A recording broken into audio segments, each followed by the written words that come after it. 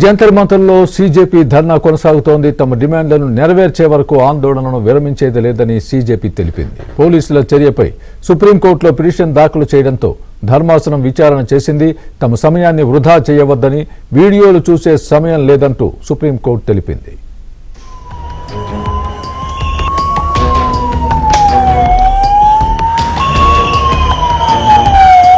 నీట్లో అవకతవకలు కేంద్ర మంత్రి ధర్మేంద్ర ప్రధాన్ రాజీనామా చేయాలంటూ ఢిల్లీలో సీజేపీ ఆధ్వర్యంలో ఆందోళనలు కొనసాగుతున్నాయి. జంతర్ మంతర్లో విద్యార్థులు నిరసనను కొనసాగిస్తూనే ఉన్నారు.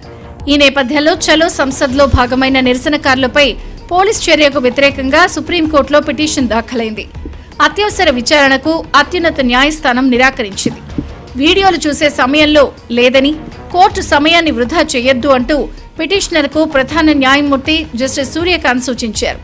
సీజేపీ నిరసనకారులపై జరిగిన హింసాత్మక ఘటనలపై వివరణ ఇవ్వాలని కేంద్ర ప్రభుత్వం పోలీసులకు ఢిల్లీ హైకోర్టు నోటీసులు జారీ చేసింది. సీసీ ఫుటేజ్, వీడియోలు, రికార్డులు భద్రపరచాలని ధర్మాసనం ఆదేశించింది. తదుపరి విచారణను సెప్టెంబర్ 11కి వాయిదా వేసింది. మేదాంత్ ఆసుపత్రిలో చికిత్స పొందుతున్న సోనం వాంగ్చుక్ లేఖను విడుదల చేశారు. నిరసనలు చేస్తున్న విద్యార్థులపై కేసులు ఉండవని హామీ ఇస్తే దీక్ష విరమిస్తానని తెలిపారు. కేంద్రం ఎలాంటి హామీ ఇవ్వకపోతే నిరాహార దీక్షను నిరవధికంగా కొనసాగిస్తానని స్పష్టం చేశారు. ఈ ఉద్యమాన్ని అణచివేసేందుకు పోలీసులను ఎక్కువగా ఉపయోగించొద్దని తాను కోరుతున్నట్లు వాంగ్చుక్ వెల్లడించారు.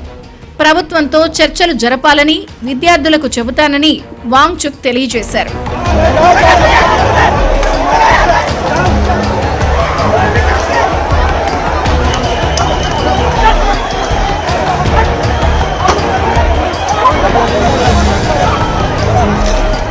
ప్రభుత్వం తమ డిమాండ్లను అంగీకరించే వరకు సీజేపీ నిరసనలు కొనసాగిస్తామంటూ ఎక్స్ వేదికగా కాక్రోచ్ జనతా పార్టీ తెలిపింది.